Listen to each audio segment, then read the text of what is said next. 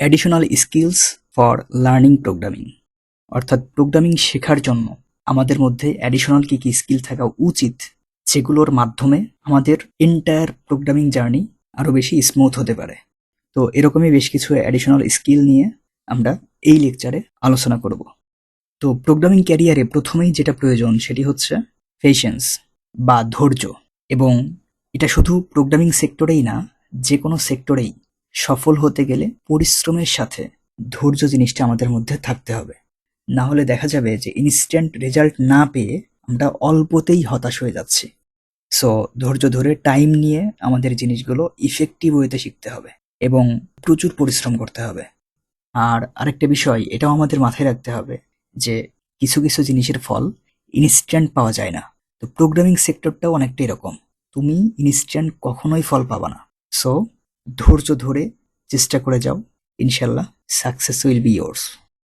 দেন problem solving mindset.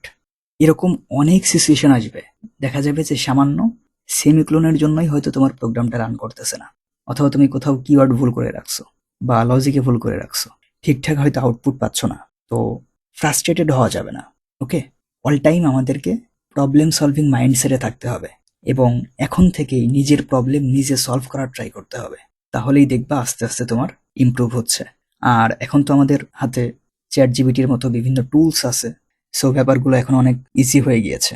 Just কোডটা paste করে যদি আমরা সলিউশন চাই, ইজিলি সলিউশন পেয়ে যাই।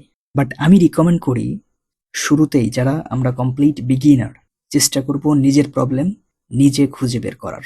ওকে, মেইন কথা হচ্ছে ব্লাইন্ডলি চ্যাট জিপিটিকে ইউজ করা যাবে না। দেন ইমপ্রুভ ইওর ইংলিশ, এটা মাস্ট।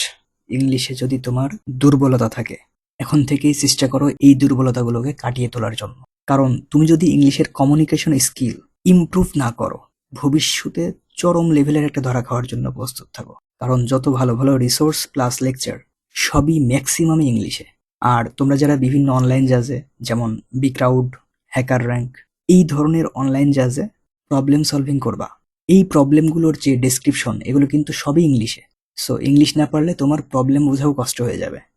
সো ইংলিশের এই ব্যাপারটা কিন্তু খুবই সিরিয়াসলি নিতে হবে, বুঝা গেছে?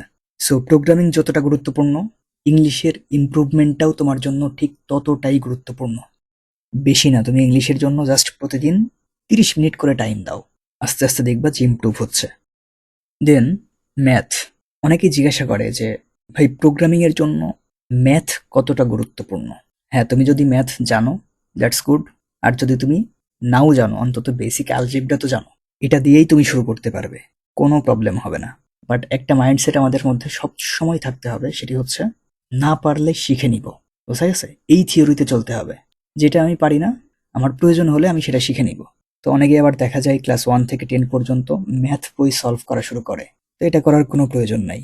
ওকে, মোটামুটি বেসিক অ্যালজেব্রা পারলেই শুরু করা যাবে, কোনো সমস্যা নাই। দেন টাইম ম্যানেজমেন্ট। টাইম ম্যানেজমেন্ট শিখতে না পারলে ইফেক্টিভ ওয়েতে দিনের কাজ দিনে আমরা কখনোই শেষ করতে পারবো না। সো এই জন্য আমরা চাইলে টু ডু লিস্ট করে ফেলতে পারি, সারাদিনে আমি কি কি কাজ করব এবং কোন কাজগুলো বেশি প্রায়োরিটি সেগুলোকে সামনে রাখতে পারি। ফর এক্সাম্পল, তুমি যদি প্রবলেম সলভিং স্টার্ট করো, চেষ্টা করবা প্রতিদিন একটা হলেও প্রবলেম সলভ করার জন্য। একদিন টানা 5টা করলাম বা 10টা করলাম, 3-4 দিন খোঁজ নাই, এই কাজ করা যাবে না। ওকে, সবসময় মাথায় রাখবা programming is not a subject, it's a passion.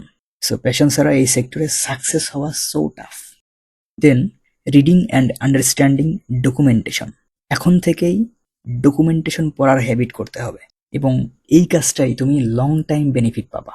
আর সবশেষে এই কথাটা দরকার হয় তোমার ডেস্কের সামনে লিখে রাখো, না পারলে শিখে নিব।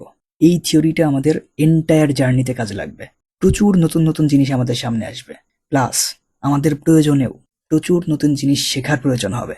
সো যেটা পারি না বাট আমার শেখা প্রয়োজন, সেটা ইনস্ট্যান্ট শিখে নিব। ওকে, তো মোটামুটি এই অ্যাডিশনাল স্কিলগুলো যদি আমরা আমাদের মধ্যে গ্রো করতে পারি, ইনশাল্লাহ আমাদের প্রোগ্রামিং জার্নি আরও বেশি স্মুথ হবে। তো এই লেকচার এ পর্যন্তই। আল্লাহ হাফেজ।